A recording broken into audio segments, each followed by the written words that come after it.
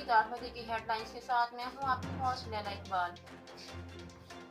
रोहड़ी के करीब कराची एक्सप्रेस हादसे का शिकार 9 बोरियां खाई में जा गिरी। खातून जाँ बहक 23 जख्मी, तमाम जख्मियों को अस्पताल मुंतकिल कर दिया गया। शहरियों की सेफ्टी सबसे अहम है, इस पर कोई समझौता नहीं होगा। रेलवे को अपग्रेड करने की जरूरत है। वजीर रेलवे आजम सवादी का अपग्रेडेशन के हवाले से आज इजलास बुलाने का ऐलान। वजीर आजम पर ऐवान का एतमाद बरकरार, इमरान खान ने ऐवान से एतमाद का वोट ले लिया।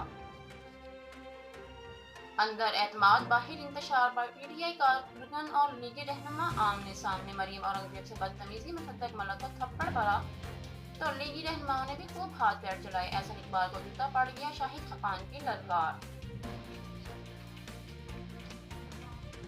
जो कुछ हुआ उसे कभी नहीं भूलेंगे, मरीम नवाज की वजीर आजम को जवाबी कार्रवाई की धमकी, सिक्योरिटी के बगैर निकलने का चैलेंज कर दिया।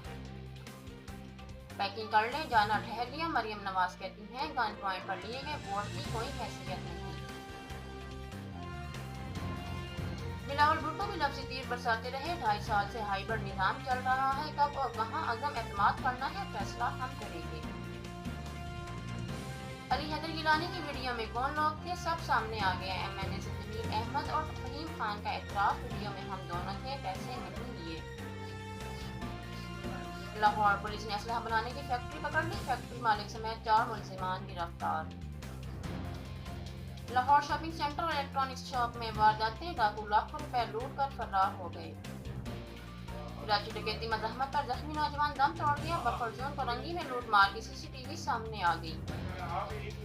इतनी महंगी चिकन कैसे चलाएं किचन, मुर्गी के गोश्त की कीमतें बुलंद तरीन सतह पर, शहरी महंगाई की दुहाई देने लगे, मगर पोल्ट्री फार्मर्स हंसी मजाक करने लगे। और अलीसद पारा पाकिस्तानियों के दिलों में आज भी जिंदा। इस्लामाबाद में फेस्टिवल को पैमा को खराजी अकीदत पेश किया गया और किसी ने अपने अपने हिस्से की शमा जलाई।